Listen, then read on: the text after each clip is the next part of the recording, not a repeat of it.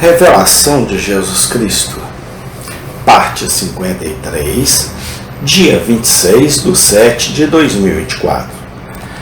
A terra ajudou a mulher, sem dúvida, e ao fazê-lo, salvou-a da perseguição incessante, dando-lhe algum descanso.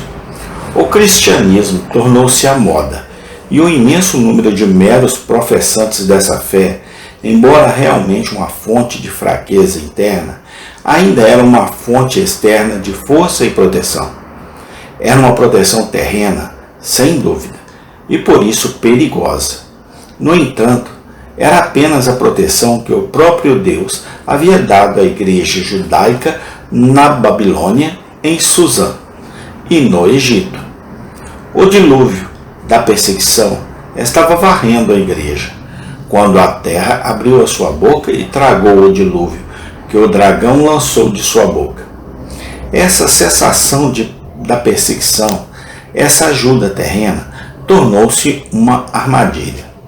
A mulher disse: "Sou rica e tenho muitos bens, e não preciso de nada." Ela esqueceu seu chamado celestial, seu reino futuro, sua herança incorruptível, sua esperança sobrenatural, e tornou-se parte do mundo que a ajudou. Civilização, ciência, literatura, esclarecimento intelectual tornaram-se seus deuses. Ela os colocou entre ela e a cruz, entre ela e a glória. Influência, poder e riqueza, conhecimento à parte de Deus e seu Cristo foram procurados e obtidos. A igreja cortejou o mundo, e o mundo cortejou a igreja. Compromissos foram acordados. O mundo cessou de perseguir, e a igreja cessou de condenar o mundo. Iluminação intelectual tornaram-se seus deuses. Ela os colocou entre ela e a cruz, entre ela e a glória. Influência, poder, riqueza, conhecimento à parte de Deus e seu Cristo foram procurados e obtidos.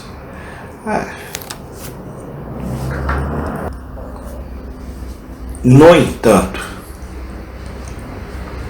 Deus está sempre chamando os seus desta massa misturada e ordenando que caminhem sozinhos. Não devemos simplesmente deixar o mundo, mas sair para fora do acampamento, levando a reprovação de Cristo. E muitas vezes essa reprovação vem mais aguda dos lábios dos chamados cristãos do que de um mundo amante dos prazeres. Abel era um estranho na terra. Assim são todos os Abéus, de Deus ainda. Enoque era um estranho, mas ele participou do chamado celestial. Abraão era um estranho, mas ele era um dos que buscavam o melhor, até mesmo o país celestial. Hebreus 11:16. Procurando a Nova Jerusalém, o lar especial da igreja, Hebreus 11:10, Davi se confessa um peregrino. Somos estrangeiros diante de ti, peregrinos, como todos os nossos pais. 1 Crônicas 29:15, Salmo 39:12. Saia da sua terra, disse Deus a Abraão. Gênesis 12:1. Levanta-te e parte, foram as palavras do profeta Israel. Miqueias 2:10. Vamos sair, disse Paulo. Hebreus 13:13. Estrangeiros e peregrino, e descritivo de um homem crente, 1 Pedro 2:2, muitas vezes em viagens, disse Paulo sobre si mesmo, 2 Coríntios 11:26. De novo e de novo é dito de Israel. Eles partiram de tais e tais lugares. Estrangeiros e peregrinos, sim, pois este mundo não é nosso descanso nem nosso lar. Somos homens viajantes, demoramos apenas uma noite. Somos peregrinos, como todos os nossos pais, e passamos o tempo de nossa permanência aqui com medo, não olhando para trás, mas para cima e para frente, com lombos cingidos e cajado na mão, apressando-se para a cidade celestial. O que temos a ver com os tesouros do Egito, ou a glória da Babilônia, com as concupiscências magnificência de Corinto ou a magnificência de Roma, com a filosofia ateniense ou a magia de Éfeso, com libertinagem ou luxo mundano. Vemos o que os olhos não viram, ouvimos o que os ouvidos não ouviram, e passamos por essas belezas e prazeres terrenos. Eles perecem com o uso. A moda desse mundo passa. Estas são as palavras memoráveis de Paulo em muitas viagens. Essa é uma imagem breve, mas verdadeira, da vida de um homem cristão, enraizado, mas desenraizado, resolvido, mas instável, e em repouso, mas sempre em movimento, ancorado, mas apressado com as tempestades, aliviado, mas sobrecarregado, tristes, mas sempre alegres. Tal foi a vida de Abraão e dos patriarcas, tal a vida de Moisés, assim a vida de Israel em suas peregrinações pelo deserto. Aqui não temos uma cidade permanente, nem mesmo uma tenda permanente, nenhuma morada certa, sem descanso. Tenho certeza de ter uma moradia em algum lugar, mas não tenho certeza disso em qualquer lugar. A vida patriarcal era feita de idas e vindas, de saudações e despedidas.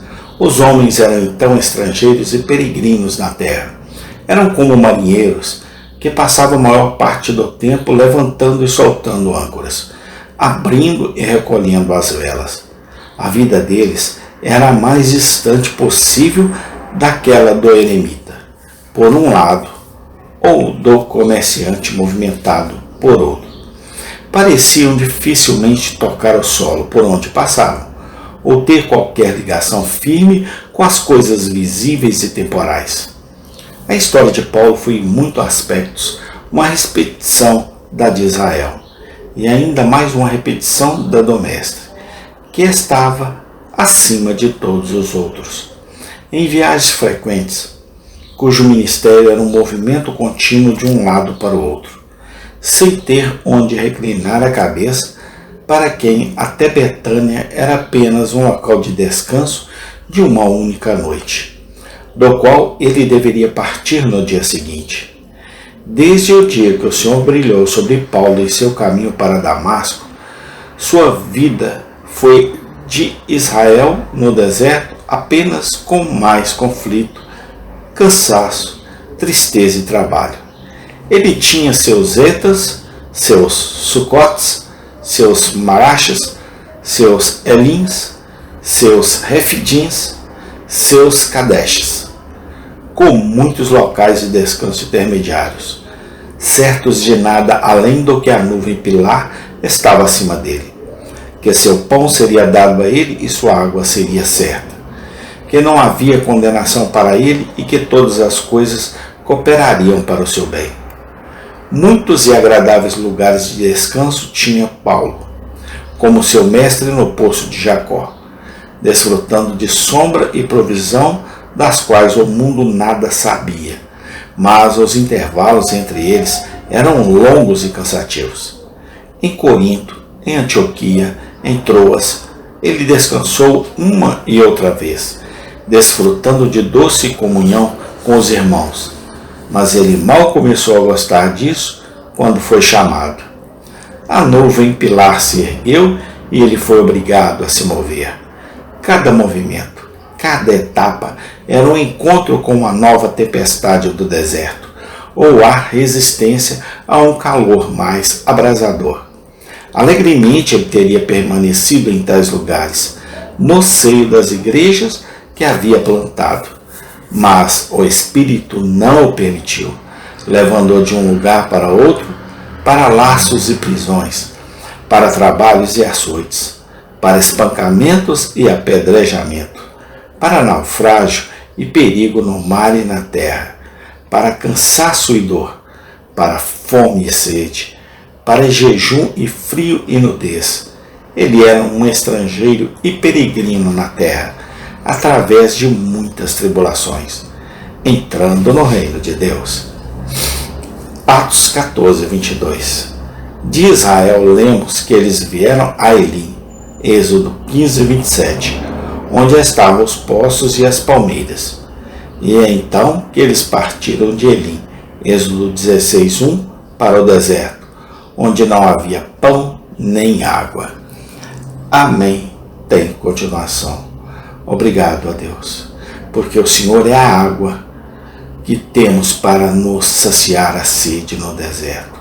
Obrigado a Deus, porque o Senhor é a luz que nos dá a claridade na escuridão. Obrigado a Deus, porque o Senhor é um porto seguro no meio das tempestades. Obrigado, Deus, pela graça da salvação, no nome do Senhor Jesus Cristo. Amém e amém.